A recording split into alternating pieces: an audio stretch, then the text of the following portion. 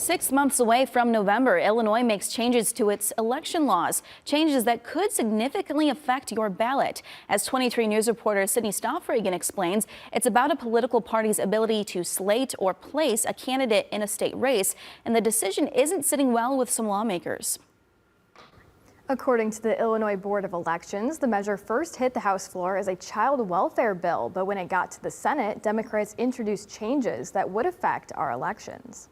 We hope the voters will see through that. I think this is going to be great for democracy around here. Tension rises along party lines in Illinois as Governor J.B. Pritzker signs a bill that declares only candidates who run in the primary can be on the general election ballot. Matt Dietrich with the Illinois State Board of Elections says the burden will be on each political party to make sure someone runs in each primary race for statewide races.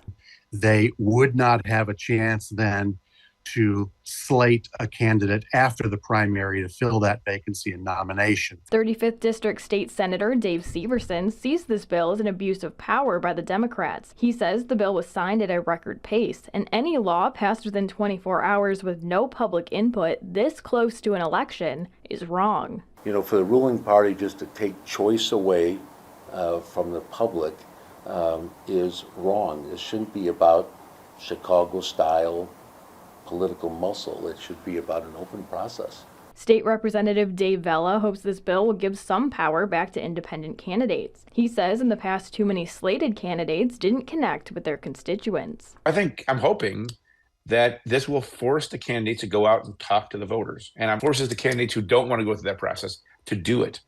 And you want that, right? You want people to put the work in if they're going to represent you.